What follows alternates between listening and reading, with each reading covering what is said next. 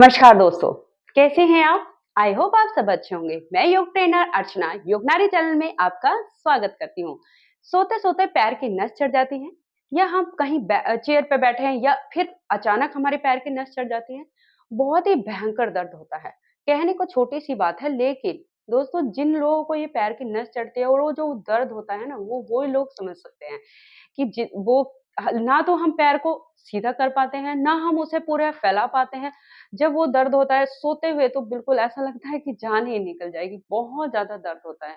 तो वो दो दर्द क्यों होता है, उसके क्या कारण होते हैं और साथ में करेंगे हम कुछ स्ट्रेचिंग जो उसको हमें बहुत ही फ़ायदा करेगी हमारे उसमें और हमें आगे से ये प्रॉब्लम बिल्कुल हमारी धीरे-धीरे हमारी ये प्रॉब्लम खत्म हो जाएगी, जो आगे से नहीं होगी अगर हम डेली रूटीन में अपनी ये स्ट्रेचिंग डाल लेंगे।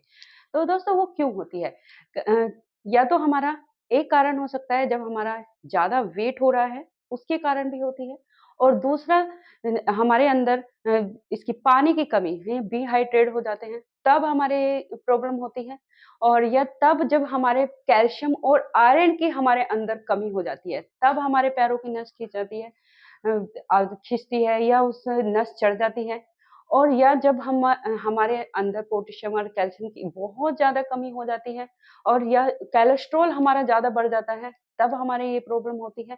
तो दोस्तों बहुत सारी ऐसी ये छोटी-छोटी सी समस्याएँ हैं जब ये सब हो जाता है और हमारा जो ओवरवेट हो जाता है, तो ये हमारे ये समस्या हो जाती है। या वेरिकोज़ की प्रॉब्लम होती है ना दोस्तों, तब भी हमारे ये नस पे नस बहुत ज़्यादा चढ़ती है।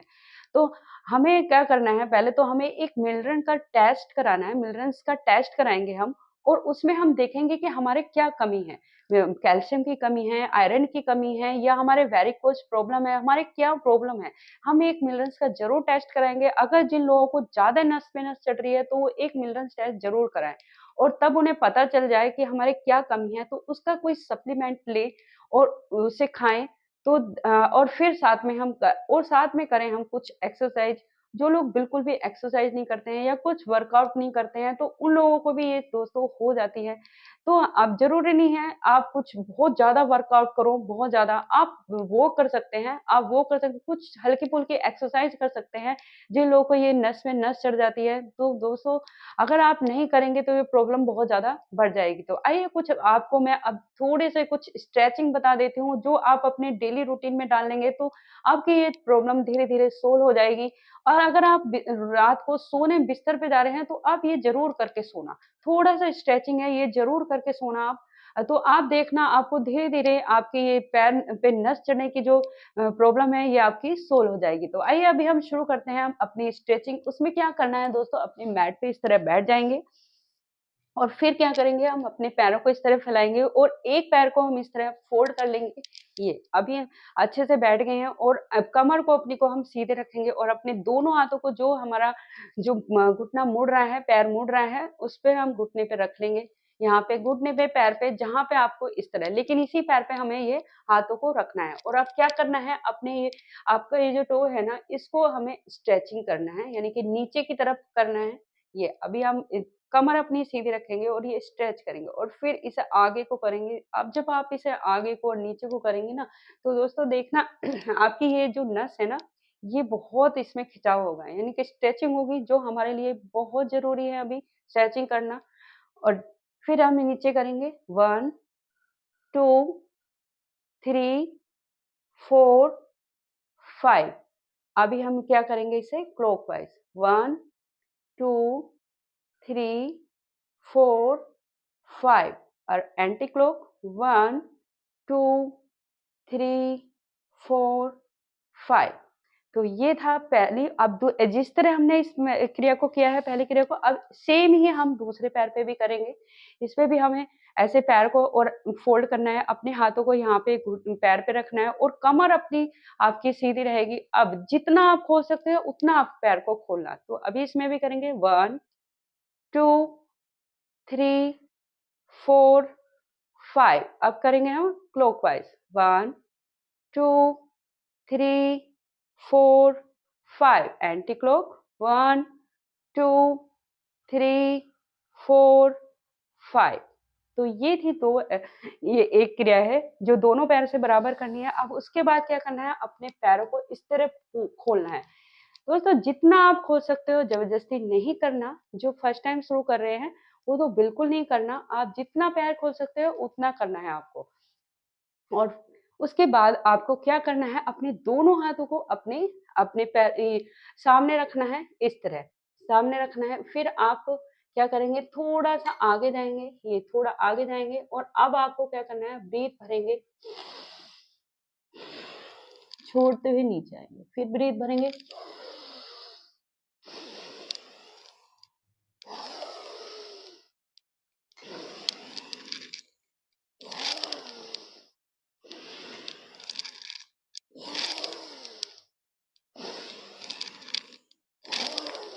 ये कम से कम दोस्तों ये भी 5 टाइम करना है आपको। अभी क्या करना है आपको, अब अपने दोनों हाथों को इस तरह एल्बो को नीचे टिकाएँगे और अपने अगर आप अपने हाथों को ऊपर उठा सकते हैं और यहाँ पर अपने दोनों चिक पर रख लेंगे और सामने देखेंगे। सामने आपको देखना है, जब आप ये करेंगे ना, यहाँ पर एक बहुत अच्छा स्ट्रेचिंग आएगी दोस्तों, बहुत।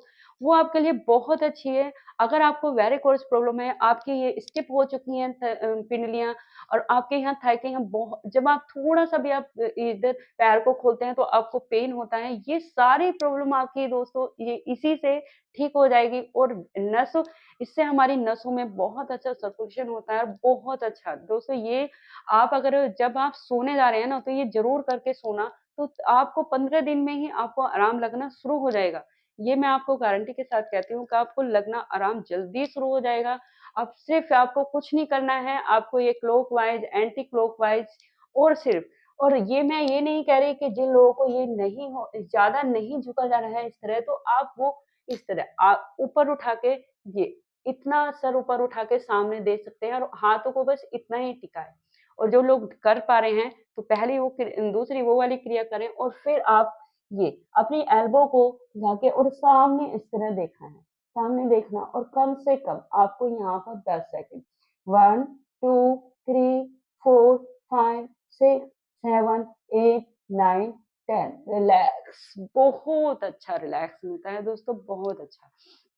अगर आप कर सकते हैं और फिर उसके बाद क्या करना है आपको, अपने यहाँ पर अपनी चिन पर अपने दोनों हाथों को ऐसे ऊपर-नीचे करके रखेंगे और फिर आपको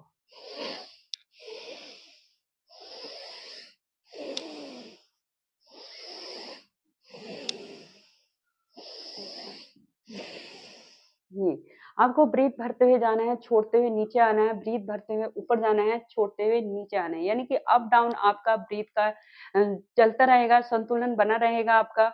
और सिर्फ़ आपको ये स्ट्रेचिंग ही करनी है, ये स्ट्रेचिंग बहुत अच्छी है। और जो लोग नीचे इस तरह टिका सकते हैं और ये तो बहुत ही अच्छा है। और ये सर को नीचे भी इस तरह रख सकते हैं या सामने। ये, ये दोस्तों यहाँ आपको यहाँ बहुत अच्छा खिंचाव होगा, आप ये करके देखना। बस मैं ज़्यादा नहीं कह रही, मैंने आपको एक बार बताया, सिर्फ़ आपको 2 बार ये राउंड करना है बस, ज़्यादा नहीं करना है, 2 बार आपको ये राउंड करना है। अभी हम क्या करेंगे, बुद्धा कोणासना, उसमें क्या करना है, दोनों अपने तलवों को इस तरह मिला लेंगे और अपने हाथों का क्रॉस बना के अपने अपने पंजे पे इस तरह लगा लेंगे। और अब क्या करना है, ये आपके जो पैर है ना, ये आपके पेल्विक एरिया के पास लेके जाएँगे और अपनी कमर बिल्कुल सीधी रखेंगे, हाथों को इस तरह खोल के, और आपको करना है अब बटरफ्लाई।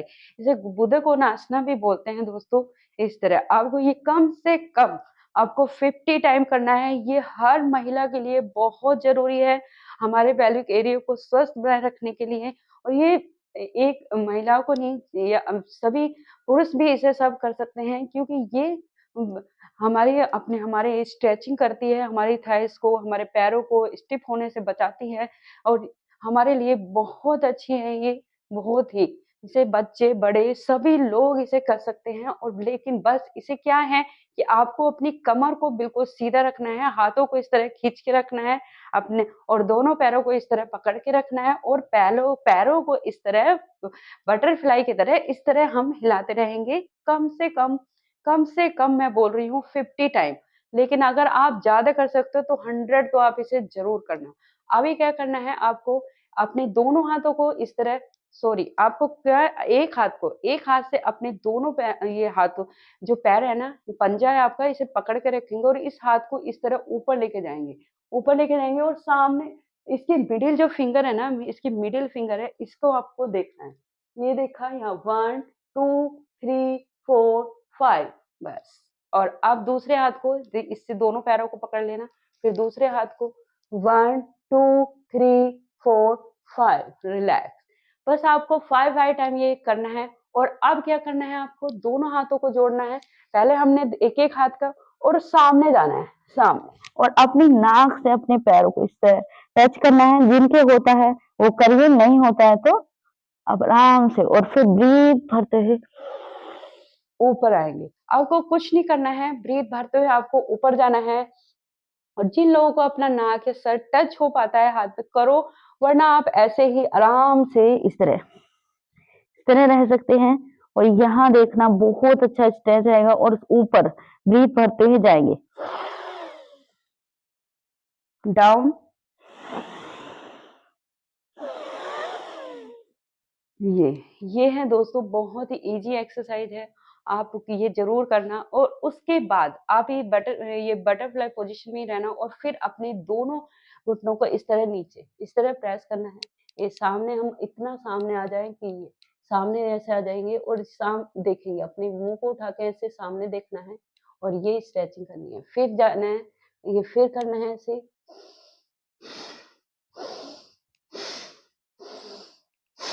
ये आपको दोस्तों ये करना आप ये ब्रीथ भरते हुए जाना।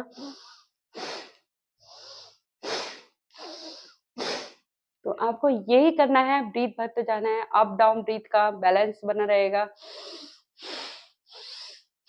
ऊपर जाएँगे ब्रीथ भरते हुए, छोड़ते हुए नीचे। बस ये करना है, ये इससे प्रेस करना है, दोनों घुटनों को इस तरह प्रेस करना है। तो ये थी दोस्तों बहुत ही अच्छी स्ट्रेचिंग जो आपके हर चीज़ में वेरिकोज़ प्रॉब्लम है, आपके पैर स्टिफ हो चुके हैं, आपके थाई में प्रॉब्लम है, दर्द होता है बहुत ज़्यादा, जब आप चलते हैं तब आपकी पिंडलियों में दर्द होता है, नस पे नस चढ़ना तो एकदम बैठे हैं तो भी नस में नस चढ़ गई है या बैठ के आप उठ रहे हैं, मोड़ के बैठे थे पैर को और अचानक नस चढ़ गई है, तब ये सब के लिए बहुत ही अच्छी है स्ट्रेचिंग है दोस्तों, ये ज़रूर करना और हाँ, जो मैंने कहा जो एक टेस्ट आप ज़रूर कराना, तब आपको पता चले कि किस के कारण हमारे जो मैंने ये कारण बताए, इसमें से कौन-से कारण के आपको ये हो रही है, तो उसका सप्लीमेंट्री ज़रूर लेना आप दोस्तों और फिर ये स्ट्रेचिंग करना। सोने से पहले तो करेंगे तो आपकी ये प्रॉब्लम 15 दिन में आपको पता चलना शुरू हो जाएगा कि हाँ, ये मेरी प्रॉब्लम सॉल्व हो रही है। तो दोस्तों कैसी लगी मेरी आपको वीडियो तो मुझे ज़रूर बताना कमेंट करके और लाइक भी करना और शेयर भी करना। जिन लोगों को ये नस में नस चढ़ती है उनको ये शेयर करना जिससे उनकी हेल्प हो सके और वो ठीक उनका ये बिल्कुल ठीक हो सकें। तो दोस्तों मेरे चैनल में जिन नए हैं वो सब्सक्राइब करना और बेल आइकन के साथ जिससे आने वाली वीडियो मेरी आपको मिल सके। तो नमस्कार दोस्तों, मिलते हैं आगे की वीडियो के साथ।